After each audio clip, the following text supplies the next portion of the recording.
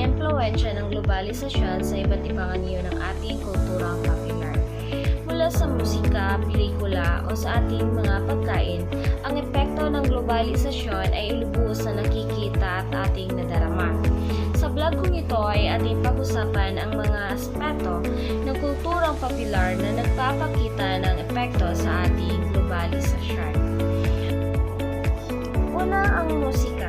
Ang musika ay isa sa pinaka-formatibong anyo ng kulturang popular na nalapis na naapektuhan ng globalisasyon.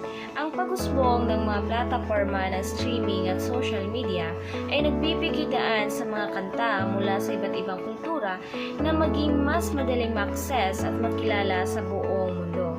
Halimbawa dito ay paglago ng K-pop at J-pop sa iba't ibang bansa, kung saan ang mga grupo tulad ng BTS at Blackpink ay nakakamit ang pangdaigdigang tagumpay.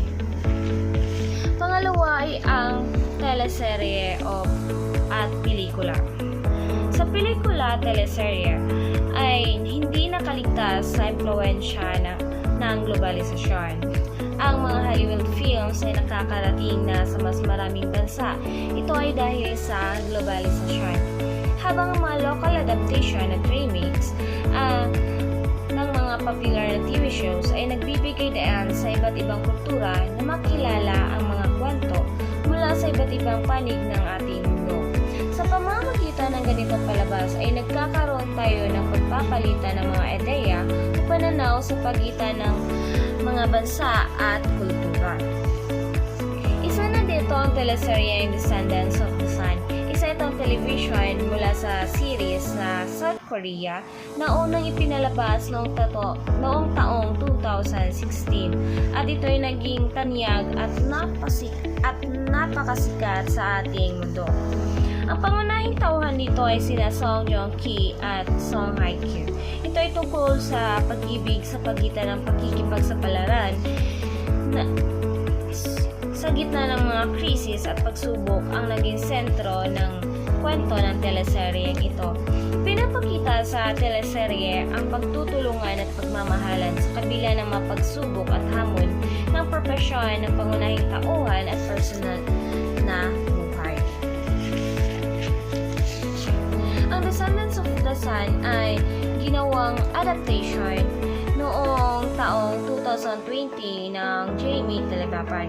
Ito ay pinalabas na drama television sa Pilipinas ng Jamie Network na pinagbibidahan ni Dingdong Dantes at Chinilyn Mercado. Ito ay pinagdederika ni Dominic Zapata. Sa huli, ang globalisasyon ay nagdulot ng mga positibong pagbabago at oportunidad sa iba't ibang anyo ng kulturang popular. Sa pagitan ng pagtangkilik at pagpapahalaga sa kultura, mula iba't ibang panig ng mundo ay nagiging mas mayaman at makulay ang ating karanasan bilang isang mamamayan. Meron ding mga magandang naitulong ang globalisasyon sa ating kulturang popular. Nagdudulot ito ng mga mahalagang epekto sa ating kulturang popular tulad sa teleserye at sa musika. Nagkakaroon tayo ng mas malawak na audience dahil ito sa globalisasyon.